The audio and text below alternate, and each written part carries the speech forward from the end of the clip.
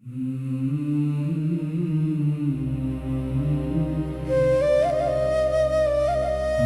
satu keluarga lahir kisah yang berbeda. Ada yang menjaga, ada yang membela, ada yang beriman, ada yang menolak cahaya. Namun semua menjadi pelajaran sepanjang masa. Abu Talib berdiri di sisi Nabi, melindungi tanpa rasa gentar. Di tengah ancaman kaum Quraisy, ia menjadi teduh di padang yang gersang. Walau badai terus menghantam, kasihnya tak pernah padam. Namanya dikenang sejarah sebagai pelindung di awal dakwah. Setiap insan memilih jalan yang akan ditulis sepanjang zaman. Empat paman, empat kisah, takdir berbeda di hadapan Allah.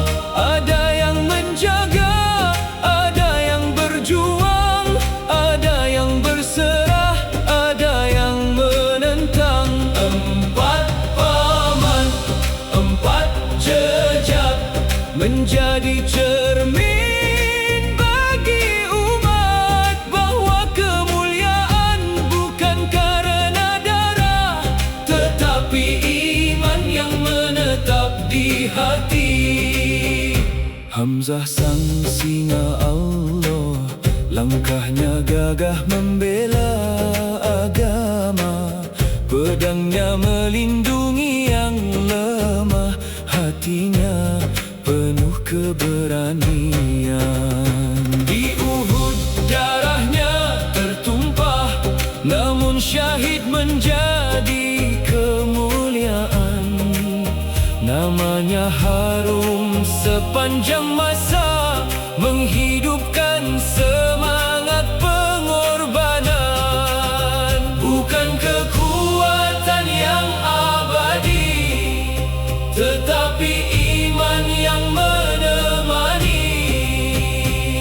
Al-Abbas datang membawa cahaya, memilih jalan bersama Rasul tercinta.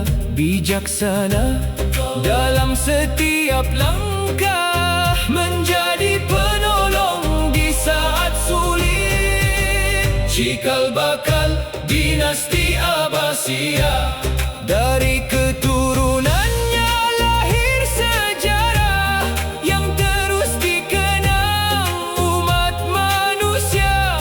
Warisan bukan hanya nama, tetapi perjuangan menjaga agama. Empat paman, empat kisah, takdir berbeda di hadapan Allah. Ada yang menjaga, ada yang berjuang, ada yang berserah, ada yang menentang. Abu Lahab memilih jalan sendiri, menolak kebenaran yang datang menghampiri.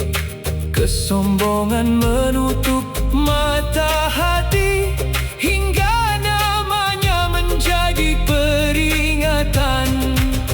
Bukan karena dekatnya hubungan yang menentukan kemuliaan, namun iman dan amal kebajikan yang mengangkat derajat manusia.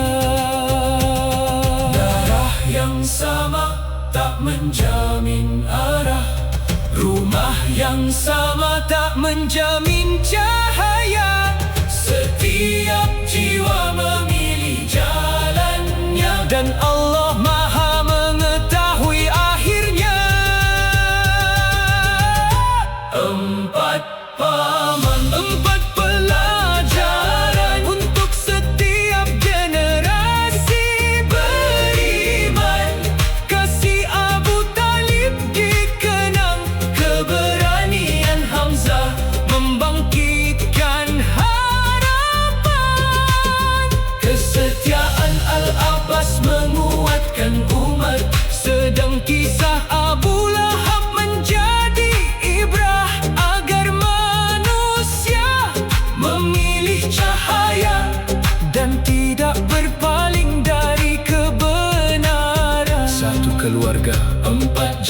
ada pelindung, ada pejuang, ada sahabat setia, ada penentang.